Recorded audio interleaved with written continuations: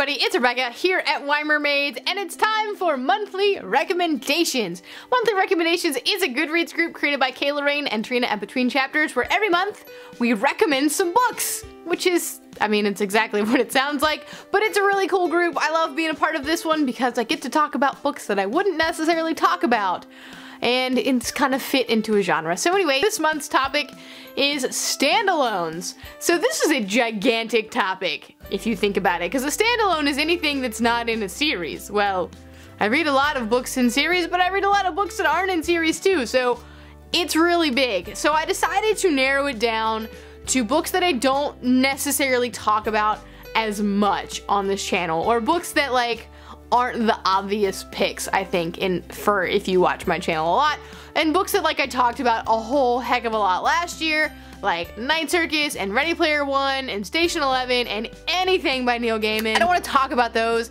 and just kind of rehash the same thing that I always say, so I decided to throw in some different ones. Some of them might still be obvious, but at least I'm hoping at least one of them might be new to you. So let's just get right on into it, because there's like 8 or so books, 9 books, so you know, I won't go into too much detail about any of them, but if you want more information, just let me know down in the comments. The first book I'm going to recommend is The Walled City by Ryan Graudin. I did a full review of this book, which you can check up here, and you can click on that for more information, but it's a standalone YA fantasy. Like, that doesn't happen often, so I just wanted to say that one first because it's a rare breed that The Walled City is. So it's really good. I read it earlier this year with Kathryn, and I did give it like, I think I gave it like 4 or 5, 4.5 stars, something really high. So I would definitely recommend that. But again, more info up in the actual video review that I did. The next one is Simon versus the Homo Sapiens Agenda by Becky Albertalli.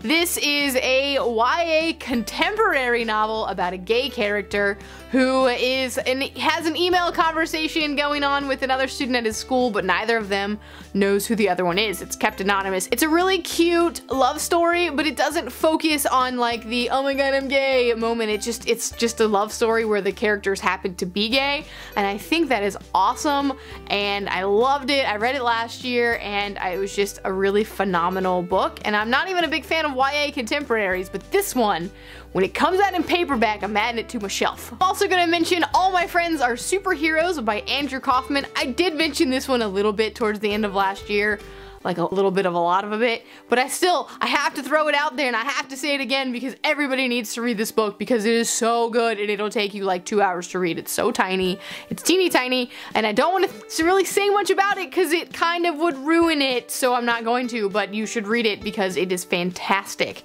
so do it. Another YA contemporary that I really liked was Forgive Me, Leonard, Peacock, which is the story of a boy who is going to kill one of his classmates, and it kind of travels with him through the day, and I listened to the audiobook for this one last year, and it made me cry as a teacher. I really connected with it, and it was just a really fantastic read. So it's got those trigger warnings for depression and suicide, but it is really good. The Book Thief by Markus Zusak is up next, just because this book is phenomenal, and I don't think I've ever really mentioned it on here, but it is such a good book, and I just wanted to say a lot of people already know about this one, but if you haven't yet picked it up, I definitely recommend that you do. It's about a little girl in Nazi Germany who is kind of growing up with that, but it's narrated by death, and it'll break your heart, but it's so good. One of my favorite dystopians is a standalone, and that is 1984 by George Orwell. This book is just so good. It's so thick, and there's so much going on in it, but it really does ring true to a lot of the issues that are actually plaguing the world now, and it was written quite some time ago. So it's, especially with technology and governmental oversight, it's definitely, Big Brother is a thing. 1984 is what introduced Big Brother. So if you like dystopians and you want a slightly more adult dystopian, I definitely would check out 1984. One of my favorite fantasy satire novels is The Princess Bride by William Goldman, and this is my favorite movie of all time. The book is just as phenomenal. It's so good. It's a story within a story, and it's just, if you like fairy tales and you like satire, you should read The Princess Bride. And if you've seen the movie and you haven't read the book, like, what are you waiting for?